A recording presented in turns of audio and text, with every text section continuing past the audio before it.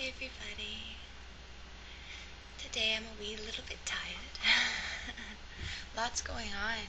Um, I'm finding I'm in communications with people every day, all day, and it's constant sharing of truth and it's constant remembering who we are and the power that we share.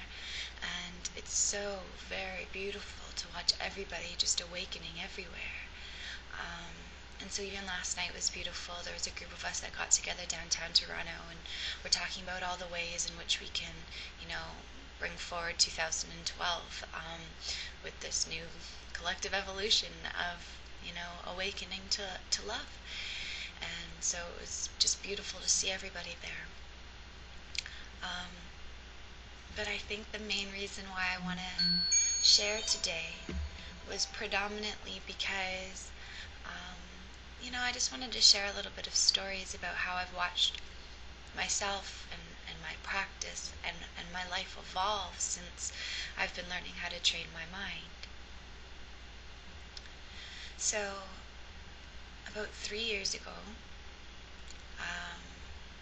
I surrendered and I let go to God. This was in my 5th year of university. And when I did that, it was a riveting, powerful experience that I had where for the first time I felt that there was a power larger than myself, and I believed in it, and I heard it communicate to me within my own mind. So because of this instant, I remember writing in my journal saying, God means something to me. But I didn't know what that meant, and I didn't know what that was, but I was on a quest to find it. So as soon as I did that, I let the universe guide me because I didn't know what I wanted or why I was here or anything like that. So I just trusted in complete faith that I would be shown, and I was. And what came into my experience was to be a life coach. I heard from 3 different people in 3 days, life coach, life coach, life coach, and it rang so many bells within me that I was like, this is what I have to do. I don't know what that means, I don't know what that is, but let's do it. And so, I got excited about it, and I started to put a quote at the bottom of my email, and it said something like, smiles, laughter from within, something, something, something. I don't remember what it said, really. And then I was still in my 5th year university because at that point I was, at York, and we were on strike for 16 weeks. So after I surrendered and let go, sometime after that, school went back on. So I was in this online marketing course, and I'd never had an online marketing course before. So basically you don't meet people face to face, it's all online. But I had that quote at the bottom of my page now. And one of my classmates who ended up being in my group, we all got thrown in a group together. I ended up disputing a fight between a couple people in my team, and he basically messaged me and said, hey, did you want to be a lawyer? Are you really good at dissolving disputes? And I said, no, but I've realized my life calling and I want to be a life coach. And he goes, well then, we should connect. And basically at that point he was going through writing a book, and this book was on the power of your mind and how you can release energy from the body and recognize who we are by simple willingness to let go of all the illusory thoughts that are within your mind. So this is intriguing to me. And so we worked together for about 3 months, and I skyrocketed. I was so open and I was so willing that I transcended a lot of stuff in that time. And I think why I began to share this story like this was because, he introduced me to hypnosis, right? And so hypnosis is the path I embarked down. And so for a while I believed that I need healing. For a while I believed that I needed to let go of a lot of things. So that's what I tried to do. I tried to help heal others, and I ultimately tried to help heal myself. So because of this belief mentality, hypnosis was helpful for me. And I got my hypnosis certification. And the class that I was in, I met this professor who went to Sheridan College, and he helped me set up my practice. And at first it was makingyouhappierandhealthier.com. And then it went to Leap Life Coaching, Love Yourself, Enlightenment, Empowerment, Positivity. And now it's Miracles of Mind, right? So I went through a bunch of changes within the self that reflected outside of me after a while. So after I started this practice, making you happier and healthier, I also felt inspired, as as my dad kind of kept probing me, here, go to this place, go to this place, go to this place, to go to Positive Changes Hypnosis. And basically for me at the time, I was like, no, this isn't what I want to do. I want to include so many other things of helping people. I don't want to put myself in a box. But then I decided to do it anyway.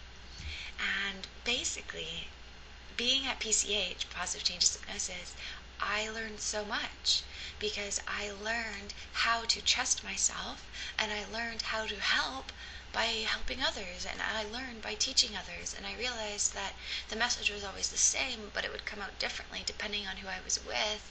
And at the beginning I was into my books. I'd have all the scripts, I'd have all the writings, I'd try so hard to help them, I'd put so much emphasis into it and feel so drained and feel like I'm releasing all my energy with everybody and draining myself and all of this stuff. And then about a year went by where I was juggling Positive Changes, my own practice, seeing all these different people. Then I went out, I got my own apartment, and then I was able to be within my mind for over a year and a half.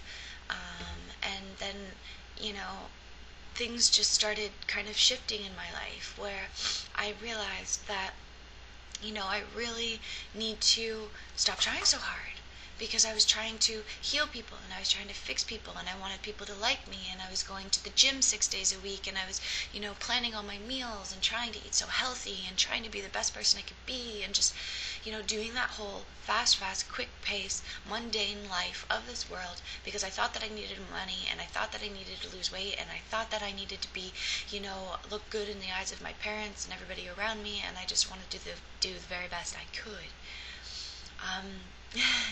But then what ended up happening is, I'm kind of telling you guys my life story here, but that's okay.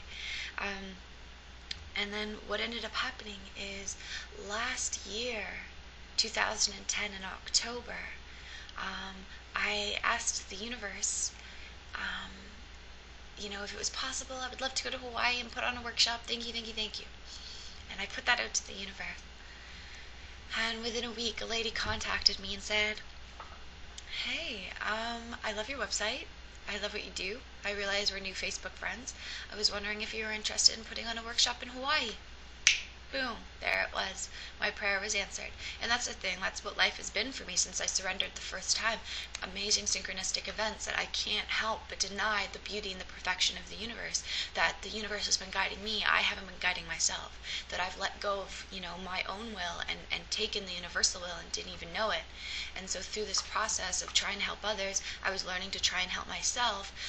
And then, when I went to Hawaii is when I had my first encounter with Jesus, right? And we were on a conference call with healers from all around the world, and Jesus came forward through a woman who channels Yeshua, and he gave us a message, and that message was that all of us who are on this conference call are anchors of love and light in this world, and that you are here to bring salvation and peace to this world through you. And the only thing that you need to do is have a small willingness to trust in me and believe in me, and to know that I'm orchestrating all this for you, and to just let go and let God, right? And so basically the words that were coming forward were exactly what I knew in my mind, but now they were coming to me in my experience through such a powerful figure that I knew nothing about, and just the energy that came with it was so riveting that I was on the beach crying for 4 hours in gratitude and joy, and just welcoming these healings from the inside out. And so, yeah, that drastically changed my life and everything else that happened on that beautiful, magical island.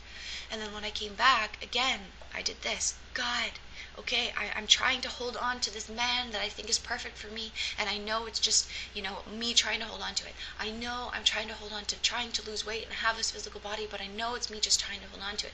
I know I'm trying to hold on to finding all these ways to make money, but I know this is me just holding on to it. And if I'm supposed to have trust and faith in you, I give it to you. God, please bring me the man, the person, whomever it's supposed to be, that will allow me to help heal this world and bring peace to this world through me. Amen. Right? And so, because I had this act of giving, what happened is I received miracles in return. And from that point is when I met my life partner, now Tom, and A Course in Miracles simultaneously, and they came into my life at that point. And it was at that point that I started recognizing, wow, This is the concrete answers that I have been looking for, because now I'm at the point to accept my will of God, and I have no idea what that means. I have no idea what that is. I am willing and I'm open to hold only love in my mind and to be the demonstration like Jesus would have us be, and this is the means to do it. It's a step-by-step manual of reminding us of the truth of that which we are, and the illusions that we have created within our own minds, and the power and the light that we have within to dispel all darkness. So you better believe that I started out on this process of, again, going within. But this time, I let go of everything that I learned. I let go of the NLP that I gained in that year because I got all these certifications, right? I let go of the hypnosis. I let go of the NLP, neuro-linguistics programming. I let go of the angel communication. I let go of the belief work. I let go of the Sedona method. I let go of all of this plethora of spirituality that I had learned to make myself in this huge spiritual bubble of trying to do something that I thought was right. And it was at that moment that I let it all go, and I said, I don't know what I'm doing. I have no idea what I'm doing, and I'm going to admit to that, but I know there's something within me that knows. So it was at this point that I started to get in connection with my internal guide. So no longer was I using angel cards and synchronicities and manifesting and things in my universe and all this stuff to teach me, but I was willing to let my own internal guide teach me. And as soon as I started to do this, I started to let go of my false goals. I stopped going to CrossFit, which I was doing 6 days a week, and interning twice a week, and my fucking busy lifestyle like no tomorrow, booked to the max. Everything just came to me. I never looked for anything. I never looked for the workshops, the people, the classes, the this, the that. I never looked for any of it. It all came to me, and it was all perfect for my learning and growth and advancement. That's why we can never judge anybody on their journey, because we don't know where they are. We can only meet them where they are and help them further if they so choose, right? And then so for me, as soon as I kind of let go of all of that, I really had to start reworking the things in which I was doing. So basically, I still had positive changes hypnosis, but now instead of maybe going twice a week, what I would do is I would go once or twice a month.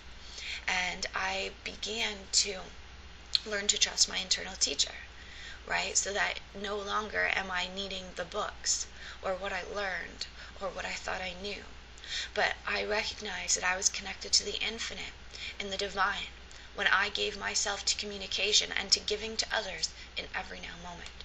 So that if I lived my life based on the golden rule, which is give as you would receive, that I'm following the laws of God. And if I choose to follow the laws of God, then I can't choose to follow the laws of man, because there's only one that is true. And truth is the eternal, the changeless. Okay? And the eternal and the changeless is who we are as souls, because God created us as souls, not as bodies. So if we become eager and willing to know who we are as souls, and not as bodies, is when we put everything into the right perspective: soul, mind, body. And then the body takes care of itself because your mind has been given to the soul. And because the soul now can work through the body, through the mind, to materialize the body and keep it healthy and safe and provided for and secure and protected and, all of this stuff. So that no longer are we thinking ourselves as the body, trying to take the world on our shoulders, but we gave the world to God, and now we work through the power that we are and into this world. So this is how we realize that we're in this world, but not of this world, right? I'm in this world, but I'm not of this world, right? As all of us are. Our soul's not in this world. Our soul is not of this world. Our soul is eternal. Our soul is perfect. Our soul is well far beyond the matrix of this time-space continuum that we've created for ourselves. And therefore, when we align with that, we align with perfection, and our words become clearer and clearer and more specific and precise and truth, right? And then so basically what I wanted to share was how my practice at Positive Changes shifted, as well as my practice in my own personal life. Right? Because I continued positive changes throughout, so I was able to watch my growth and my evolution as a soul through that practice, through helping others, through all of these things, right? And so in Positive Changes, like I said before, I used to look through all the books. I used to look through all the the scripts that I had. I felt that I needed to know what I was going to say beforehand and all of this stuff. But last week, I hadn't been to Positive Changes maybe 2 months, but last week I went. And actually, it was 2 days ago. What am I talking about? See, time means nothing to me anymore. So 2 days ago, I go to Positive Changes. And when I was there, I did it vastly different than I had ever done it before. Because what I did is I went into the room and I prayed. And I said, God, Jesus, Holy Spirit, and everyone else divine that chooses to be with me and help me at this time. I'm open to being your vessel of communication for whatever will be most helpful and most loving to both of us involved today. Thank you for allowing us to do whatever it is that you want us to do for me to be most helpful. Thank you, thank you, thank you. And so because of that, those that came into my office, basically what ended up happening is I presented them with two choices. I said, okay, look, here's your one choice. We can continue to do the way that Positive Changes does its work, okay? I will, talk with you for about 30 minutes, and then we'll do a CD for about 30 minutes, and you'll take the CD home and you'll listen to it every night, and hopefully it'll fill you with a whole bunch of positive suggestions that will help you to retrain your mind so that you no longer want to lose weight. But these people have been doing this for weeks now, months now, and they're not seeing any changes, they're not seeing any differences. So you better believe that those who came into my office that day were at the perfect point to make another choice. Okay? And then so what I offered them instead was saying that I don't know what might come of this. I don't know what it is that we may be sharing or expressing, but I do know that if we open to communication in this now moment, that we will be able to get to the root of the cause of your problem in your mind and release it at the source. I'm like, so if you are willing to just trust me and just trust yourself and to simply communicate and to see what comes forward, I would be open to doing that. You better believe they all chose this new choice. And you better believe with all of them I experienced profound miracles. Okay? So for instance, I'll just give you a quick synopsis, right? The first lady that I met with, she comes in, instantaneously sits in my chair and she's crying. She's crying in pain, saying, I don't want to do this anymore. I don't want to live. I want to run away. She's like, I told my friend yesterday that I'm done with this. I'm ready to run away. Please, God, help me. I'm like, so you prayed for an answer? And she goes, yes. I'm like, well, just allow yourself to recognize that your prayer is being answered today. Right? And so basically what ended up happening is she started communicating. She started talking and sharing with me what's going on in her life. And so what we ended up doing is drawing comparisons and lines with the ego construct and how it makes conclusions, and it basically is our defense mechanism. And I taught her the distinction between truth and illusion, and I taught her the distinction between her power in the now moment and her thoughts in past and present. And I was able to express to her that her power is within her and that nothing is stopping it except her trying to fight against it. Right? So basically, she ended up coming forward by the end of it, we went right back to childhood where it began. We saw it, we brought it up, we looked at it, it dispelled, it fell away. And you better believe that when she left my office chair, that no longer was she crying tears of pain. She was crying tears of gratitude because she'd welcomed the other way. She'd welcomed the light, she'd seen the light at the end of the tunnel, and now she has a path to walk down with a goal as her purpose. And now she is set. I've done my part. She's done. She's healed. I trust her. I trust spirit in her, and it's beautiful. Right? And even my other client that came right after that, I'll only tell you 2 of the 5. Right? And basically the lady that came in, this one was a lot more quiet, this lady. She didn't share as much as the other lady. Right? And, but, oh man, all of them were good that day. I'm just seeing them all now, right? But as we started to do this conversation, what came up with her is that her son had passed away a year and a half ago. He fell asleep at nighttime, and he died in his sleep. Okay, so if I would have done hypnosis with her and talked about her weight and trying to get her to lose weight and doing all this, good suggestions, we wouldn't have gotten to the root cause of her suffering and pain. We wouldn't have been able to alleviate this stuff from within her own consciousness to show her new ways of forgiving it and healing it. Right? And this happened with the other lady that I was with too, and it went back to so many things from childhood, from with her kids, from so much, and that was a powerful, powerful experience between us. Right? And then so I guess what I'm saying is that the only teacher that is qualified to heal another brother is the Holy Spirit in my mind, to communicate with the Holy Spirit in their mind, to create this joining so that we can bring forward miracles and see the answers. But if I, Brittany, thought that I knew, I would have continued to do hypnosis and try to heal them that way. But in reality, it's not a healing because I see them as perfect and whole. So what it is, it's a remembrance of your perfection and wholeness and a willingness to undo all blocks to the awareness of that love and perfection's presence. Right? So that's all that's happening. So as I've evolved and I've changed, my practice has evolved and changed with me. Right? Because I am no longer willing to try. I'm no longer willing to do it on my own. I realize that I have the power of God in me. So how could I not want to give the truth from my Father that I join with in this now moment? And to recognize that it's as simple as all of us making the choice between what we really want. Do I want to engage in the old paradigm of the old world that is stuck in ego consciousness and chaos and destruction and pain and sin? Or do I want to contribute to the new earth that is bringing forward peace and happiness, unity, cooperation, community, and joy? We can't have both. Okay? We can't have both. But it begins with trust and faith in the universe and it bringing forward our lessons to learn and purify and purge everything that we no longer need within our own minds, so that we become an open vessel of communication, so that we can go wherever we need to go, like last night when we ended up in Toronto with a group of beautiful, amazing people who are here to change the world. So that we can be guided to a random Starbucks to have a holy encounter and change somebody's life because he'd be an answer to their prayers. Or to allow us in every single now moment to give the truth and the words that need to be given to each and every single person that comes to us, so that you can bring forward miracles and powerful, powerful changes in themselves and well as us. And to live by one rule. That rule is the golden rule. Give as you would receive and drop everything else. Okay?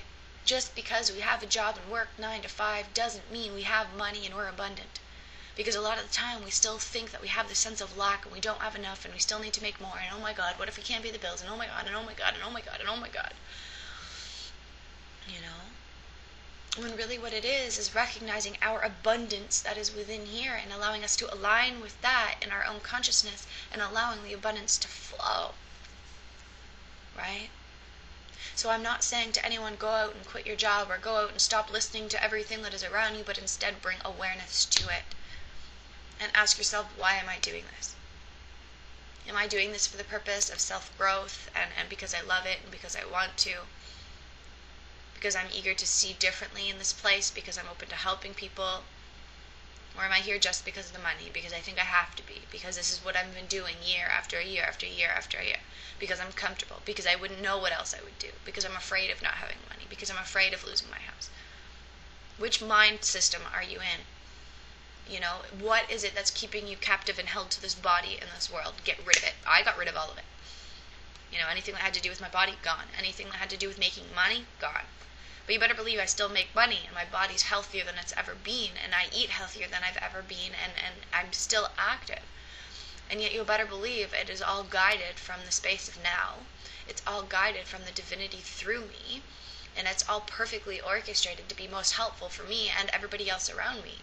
And I don't go to the gym anymore. But any time that I did go to the gym, which is only in the recent past, it would be because I was guided to go there, and you better believe I'd have another holy encounter and help somebody. But we need to live by the golden rule, give as you would receive, and trust that, everything that we need in life will be provided for. Everything. And if we don't have something in life that we think that we want, well, question it. Do you really want it? Do you really need it? And if you're saying that you want this, well, then you're denying what you truly, truly, truly want. And that's to know ourselves. That's to accept atonement and peace for ourselves.